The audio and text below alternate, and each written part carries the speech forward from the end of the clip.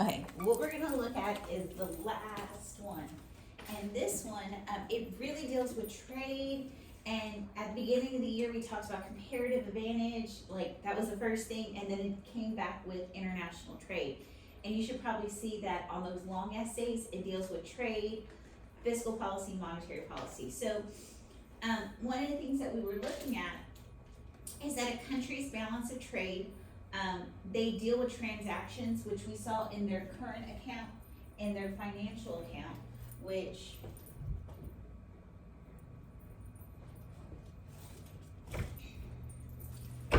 I was trying to show y'all this last time when we did the long essays, that nations that they deal with either this current account, right?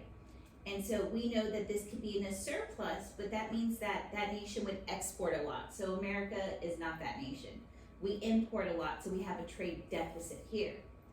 But however, America does well financially, right? So we have a surplus here. So this is a negative, our current account. Our financial account is a positive. And so each of these set off each other. When I add my current, which is a negative, plus my financial, which is a positive, a surplus, they cancel each other out and equal zero. But if I look at a country like Mexico, Mexico exports way more, right? So this would be positive, but does anybody want to financially invest in Mexico? No. Same thing as China, right? China exports a lot, but yet financially, no. Vietnam, right? Great exports, but however, financially, no. And so we see that a country's balance of payments account are basically a summary of all the transactions they deal with other countries, right? Financial and current. There are two important accounts of the balance of payment. Current, when I look at my current account, it deals with the balance of trade, exports and imports, and you can only have one or the other. Either you're surplus or you're negative. We could look at net foreign factor income and aid to a country. America doesn't get much aid, right? We send out a lot of aid. The other part of this is the financial account. It's the country's sales of assets. And we know America has a very positive one of this, right? So then it also includes our balance of trade. The financial account measures all the capital inflow, the current account, and plus the financial account equals zero. And we see that countries loan funds to each other in these markets, okay? So now there are trade barriers with countries. And so like quotas, which we talked about at the beginning of the year, we put embargoes, okay? So when nations trade with each other, they must exchange currency. And also, this leads to the demand of currencies appreciating or depreciating. So when a currency appreciates, that means it has more value. When a currency depreciates, it loses its value. And we see that in fiscal policy, it could affect our exchange rates. And we're gonna start looking at why nations trade with each other. So that was just a big overview. So let's look at this, okay? So this is where you're like, oh gosh, what is absolute and comparative advantage?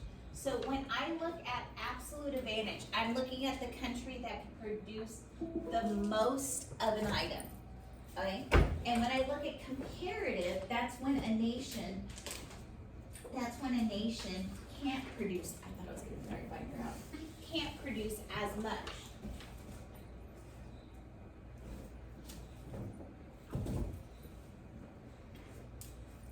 And so we're gonna compare two countries. I keep on pulling out the wrong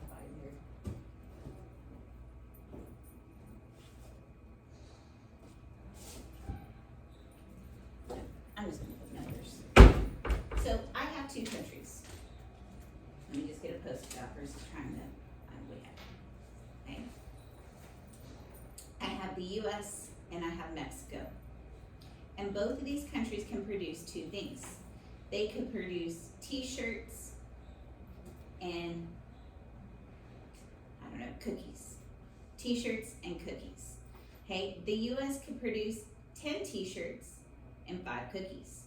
However, Mexico could only do 9 t-shirts and 3 cookies. So when I look at absolute advantage, I'm looking for the nation who could produce the most of something. So, and when I look at absolute just for output, I'm looking for the most. So looking at this, who could produce the most t-shirts? Is it the US or is it Mexico?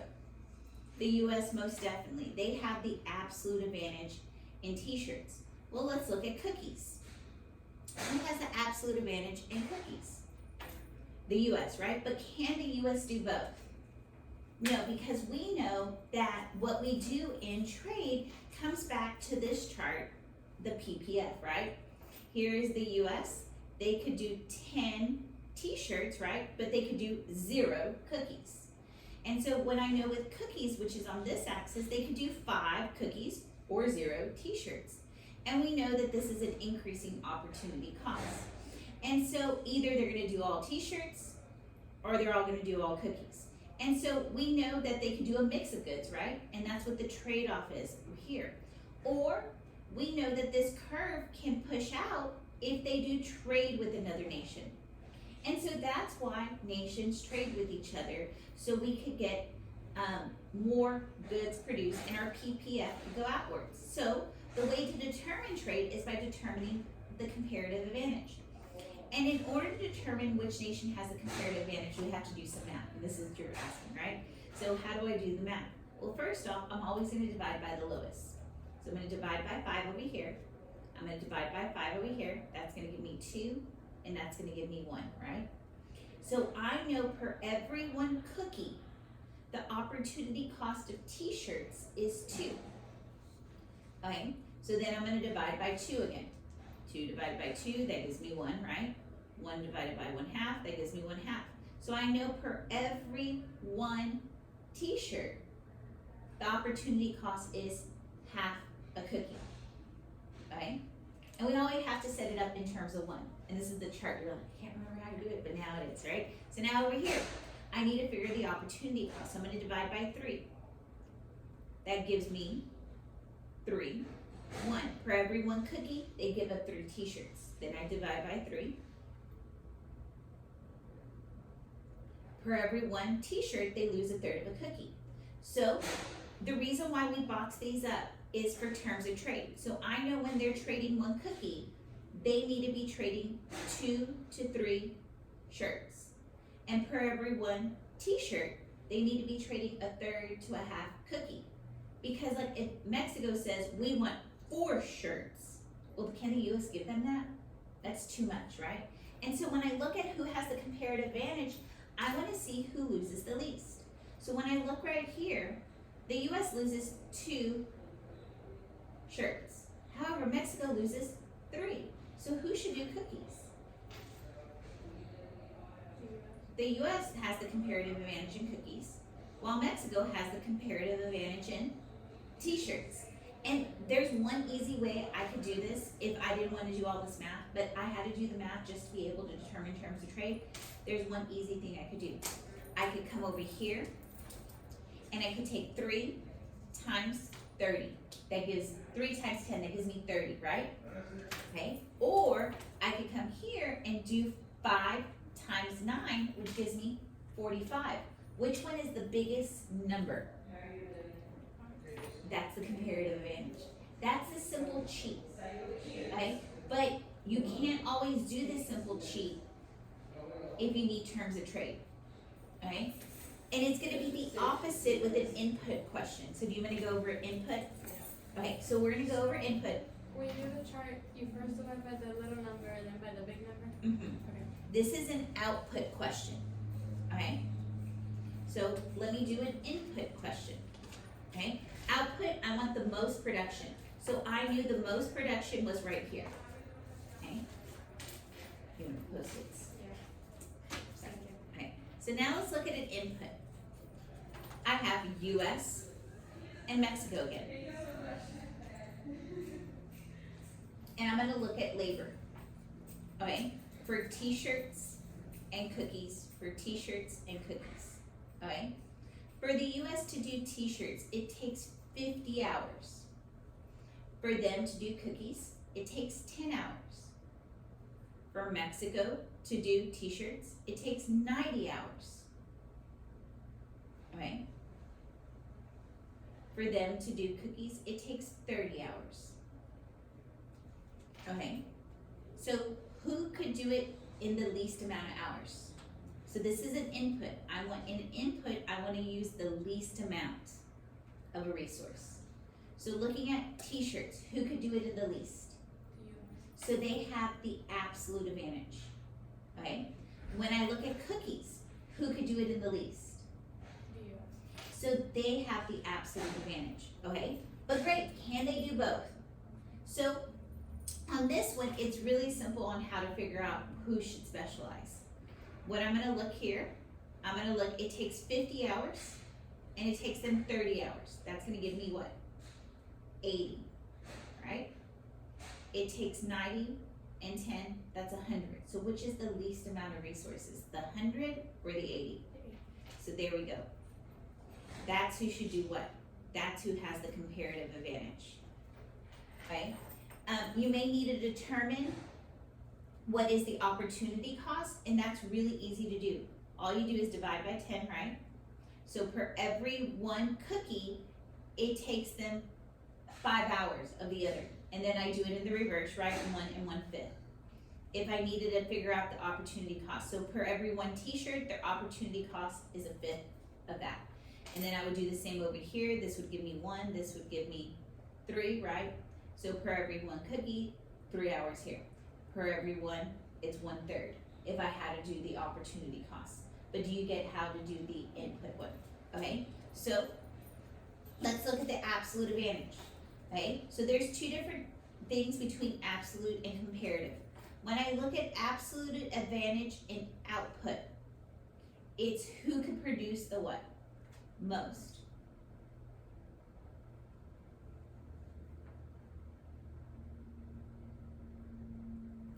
Okay, when I look at the absolute advantage in input, it's who can produce with the least amount of resources, right?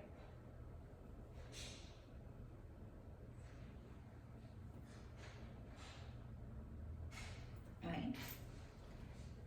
So, comparative advantage. When I look at the comparative advantage, I'm just gonna put CA. I'm looking at the country with the lowest opportunity cost.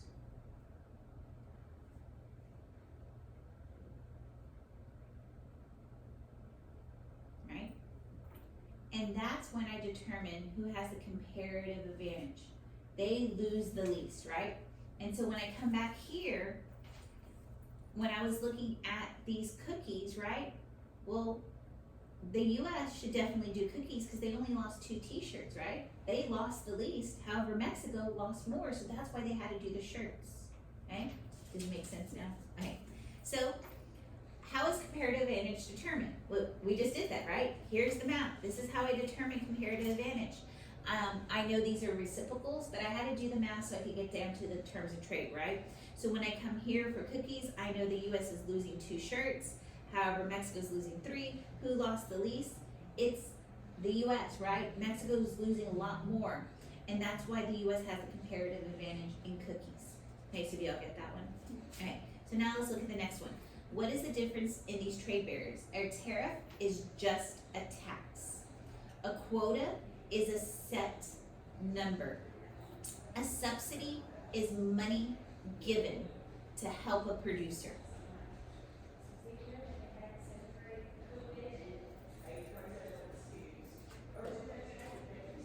Okay, there are several arguments for protectionism, why we need to have trade protected. First off, is to help American businesses. And on unit tests, their averages are not. Okay. Help American businesses, protect consumers. Okay, protect consumers, like, it can protect them from stuff like that's bad, like, I don't know, like, it used to be in the 90s that China made all of its toys with lead, and that was bad, so they would protect us from that. So, keep jobs in America.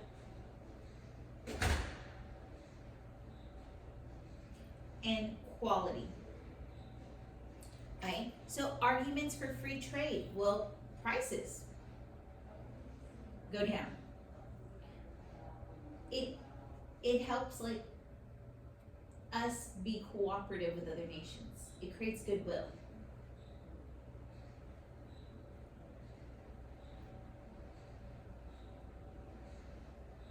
It also leads to specialization, which I saw with, comparative advantage, right? It's good for nations to specialize. So these, you probably know NAFTA, it's the North American Free Trade Agreement. The EU has theirs, okay, GATT, don't worry about that. The World Trade Organization, don't worry about that, I don't think it'll be on there. So explain the balance of payments, we just looked at this, right? So when I look at my current account, let me just take out this note, and I'm gonna give you this note here, so that you don't have to worry about writing it all down.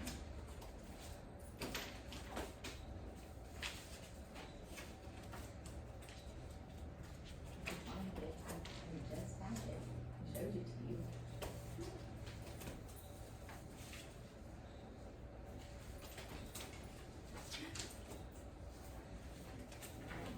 Okay, so when I look at my current account, it's gonna have our balanced trade, exports and imports, it's gonna have our foreign factor income and aid. So that's what's in a current account. My financial account deals with investments in a country, building investments, and then our currency. Okay, explain how depreciation and appreciation affects imports and exports, okay? So let's just look at, I have two ways my money can depreciate. And I'm just gonna compare us to Mexico, okay? So when I'm graphing this, I'm gonna graph for the US, and I'm gonna put the US money at the bottom, the peso at the top. And so if I have that on the bottom, that's gonna be on the bottom of my quantity. This is gonna be the supply of the dollar. This is gonna be the demand of the dollar. Okay, so anytime my currency depreciates, it is always gonna go below equilibrium, okay? So I'm gonna show you two different depreciations, and I'm gonna come over here and draw another graph, the same graph over again.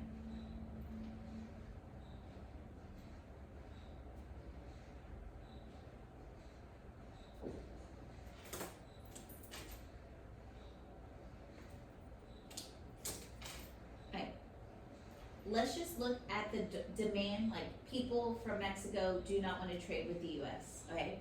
And so they do not want to trade with the US because it's seen that if they get stuff from America, they're not supporting Mexico. So the demand for the dollar goes down. This is a depreciation, okay? The value of the dollar, you see how it was here, has not gone down because people from Mexico do not want to buy American goods because they want to support Mexico. So this is a depreciation, okay? There's another way I could show a depreciation. When here's the American dollar, right? Do you see how now it was there and now the price has fallen? Now we've produced too many dollars, right?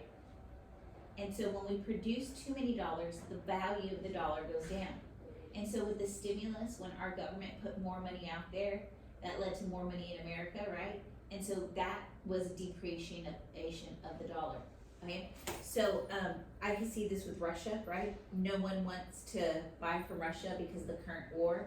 And so their value of their ruby has gone down. It's a depreciation. So anytime it's below, it's a depreciation, right? So when no one wanted to buy American goods, right? They stopped, we stopped sending our stuff. That led to a depreciation, right?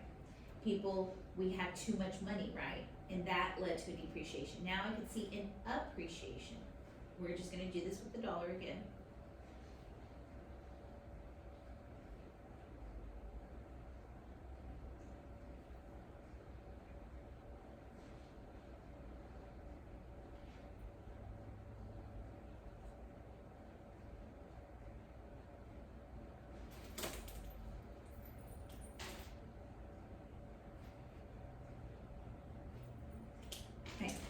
So, all of a sudden, people want American dollars because they want to buy the PS5, right? And that's only made in America. So the demand for the dollar went up. Look how it was above equilibrium. So the value of it appreciated, right? People want more of that dollar, and it led to the value going up. Okay? The Fed, they limit the amount of dollars going. So now I know my supply of my money is limited, right? And so that led to the value of the dollar appreciating. Okay, you get the difference okay, so exchange rate graphs, well, I just did that, right?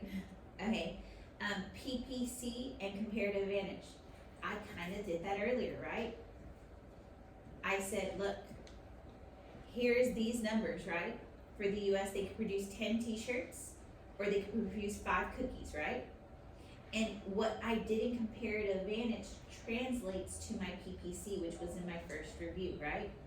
And so I know that the only way that they could go out is through trade. How do you feel about this? Alright.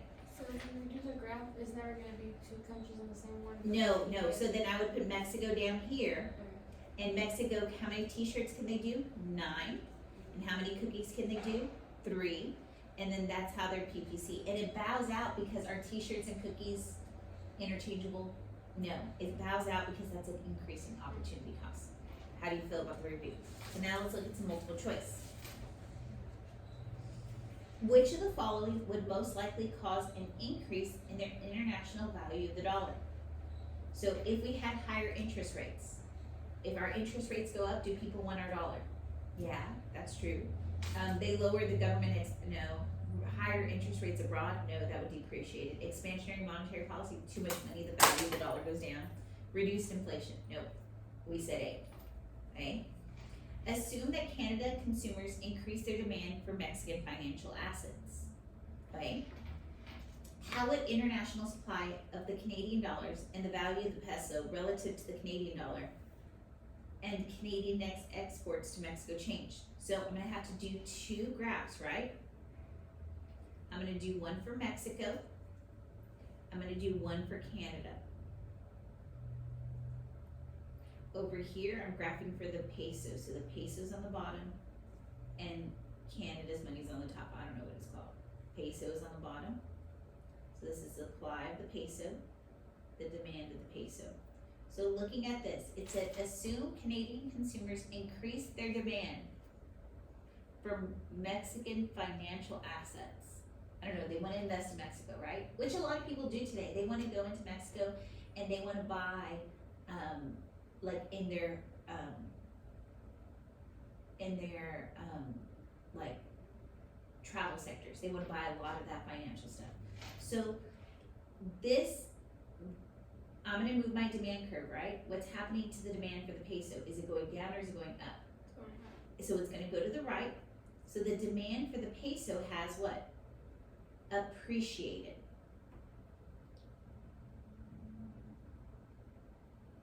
So let's look over here for Canada.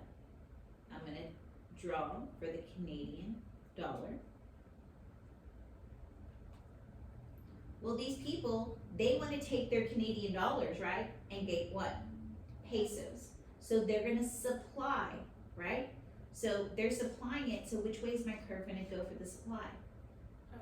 It will, to the right, right? So now what happened to the value of the Canadian dollar? It went down. So what is this called? A depreciation. So let's look at this. Did the supply of Canadian dollars increase? Yes.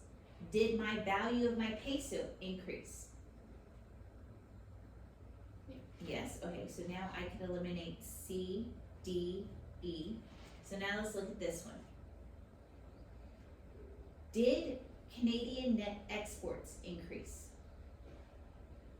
Are people buying stuff from Canada? Or they, no, so it decreased, right? So there we go, our answer is B. Okay, so do y'all see how to graph it out first? Okay, so an increase in which of the following would reduce the US balance of trade deficit? So if US demand foreign goods, would that lead to a surplus or a trade deficit? We demand foreign goods, is that a positive or a negative? It's a negative, so would that help our trade, reduce our trade balance? That would make it bigger, right? So that's not the answer. So when it comes from a different country, it's negative? Yeah, because when we buy stuff from a negative country, that is, cause remember the US, we're strong dollar, we import more, trade deficit. When you're a weak country, you have a weak dollar, you expect more and you have a trade surplus. Okay. So if we demand more foreign goods, is that gonna be good for us? No, that means our dollar's strong, we're importing, and we have a trade deficit, so that's gonna make it bigger.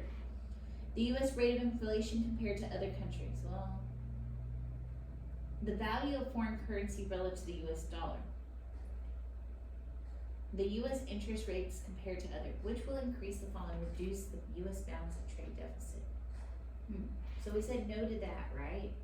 So if the US has a which of the following increase, if we had an increased inflation, what would happen to the value of our dollar? Would it be strong or would it be weak if we had inflation? The value of our dollar, with inflation, the value of our dollar, does it go up or does it go down? Down. So does that make it strong or does that make it weak? And so then we would export and we would have a trade surplus, so would that reduce our balance trade? There we go, okay. 4, which of the following would be most likely to occur if the US places a high tariff on imported goods? So on things coming in, would workers in the US have more jobs in the long run? Yeah. Okay. Would there lead to a redistribution of money from the rich to the poor? No. Would the standard of living of the US increase? Would the US economy become less efficient? The quantity of exports would increase? No, that wouldn't happen. So you said what? There would be more jobs, right? We'd have to buy everything in America. So 5, an increase in China's demand for US goods would cause the value of the dollar to, we gotta graph this out. We're graphing for the what? The dollar, right? Over the yen. This is the quantity of the dollar. This is the supply of the dollar. This is the demand of the dollar. Okay? So, they want more US goods. So are they gonna have to demand our dollars? So our demand curve is gonna go which way? To the right. So what happens to the value of the dollar? It appreciated, so I could eliminate A, B, C. Did it appreciate because China's selling US dollars, or did it appreciate because China's buying US dollars? There we go.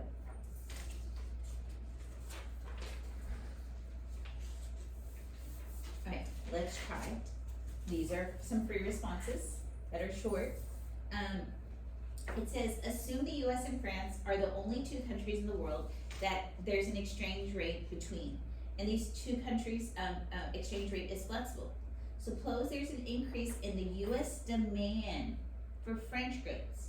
Draw correctly labeled graphs showing the increase in the demand and how it would affect the following: the supply of dollars and the international value of the dollar.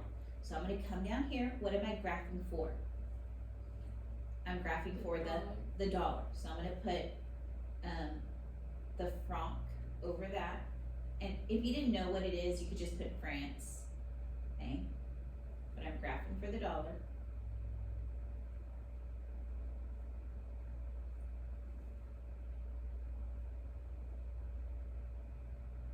Okay, so it says, suppose there's an increase in the US demand for French goods. So what are we gonna do with we're demanding French goods, so we need to demand the franc, right? So what are we gonna do with our dollar? If we're demanding the French goods, we're demanding their money, right? So what are we gonna have to do with our money? If we demand theirs, we're gonna have to do what with ours? Yeah, so we're gonna have to use our money, so we're gonna have to supply our money, right? So do we supply a lot of our money or a little of our money? Supply more. We supply more, so then let's look at what happens when we supply our dollar. What happens to the value of our dollar? The dollar goes what? The dollar value went down. So what is this called? When our value of our dollar goes down, this is it depreciated. So what happened to the supply of the dollars? The supply of the dollars went up. And so the international value of the dollar, what? Depreciated. Let's look at B. It says, assume there's an increase in the real interest rate in the US. Oh, wow, people could get a lot more money investing in the US, right? So, but not in France. graph how this increase in the interest rate would affect each of the following. The international value of the dollar in the foreign exchange market and the quantity of dollars supplied. Okay, so now let's come and do B. I'm graphing for the dollar again, right? Against France. Here's the quantity of the dollar. Here's the supply of the dollar. Come on. Here's the demand for the dollar. So are people gonna want to demand our dollar? Yes, because they could get a lot more money here, right? Because they wanna invest in America. So that demand curve is gonna go to the right. So let's look at what happened to the value of the dollar. The dollar went up and the quantity went up. So what is this called? A depreciation or appreciation? This is an appreciation. Okay, so what happened to the international value of the dollar? It appreciated, right? Okay, and we see the supply will go up. Have I answered everything? Okay, let's look at 2. Over the past decades, China has used its savings to finance American investment. In other words, the Chinese have been buying American capital assets. If the Chinese decide that they no longer want to buy US assets, what would happen in the US market for loanable funds, specifically to address the impact on the US interest rate, savings, and investment, okay? Would the dollar appreciate or depreciate? Let's do this last one first, okay? Let's look at B. Okay, I'm gonna be graphing for the dollar, right, over the yen. This is the quantity of the dollar. This is the supply of the dollar. This is the demand of the dollar. So, the Chinese no longer wanna buy US assets. So, are they demanding our dollar? So so they're not demanding it anymore, so which way does the demand curve go? To the left, right? So then let's look at what happened to the value of this. What happened to the value? It went down, so what is this? It depreciated, okay, so we have to explain, since the Chinese no longer want US investments, the demand for the dollar decreased, causing a depreciation.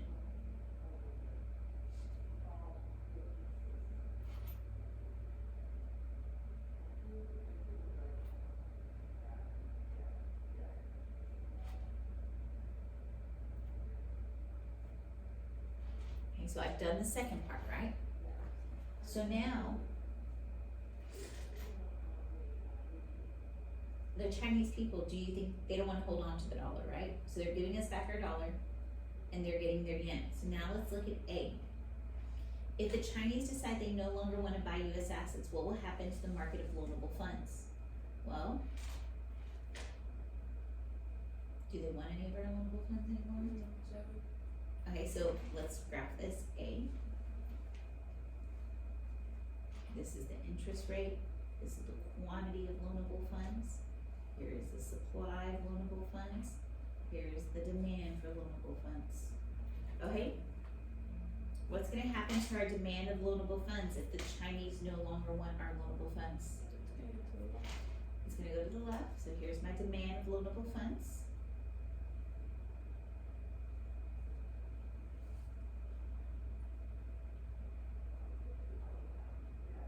What happened to the interest rates? It went down.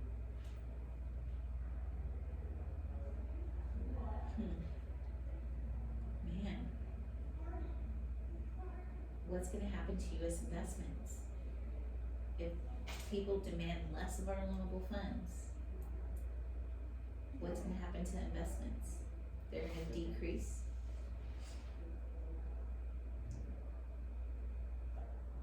And will there be an excess of savings that possibly could be borrowed?